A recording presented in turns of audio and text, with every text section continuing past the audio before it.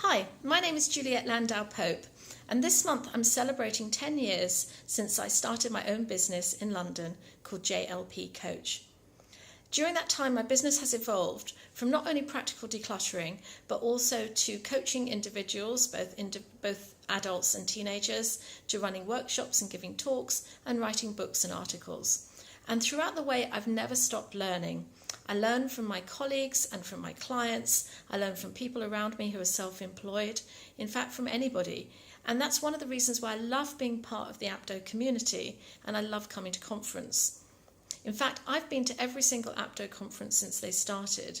I've always come away brimming with ideas and with inspiration.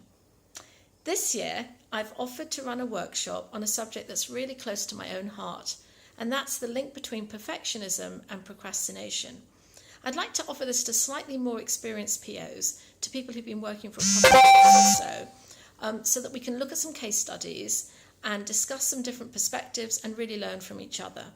I'm very excited to be coming to conference, and I look forward to seeing you then. Thank you.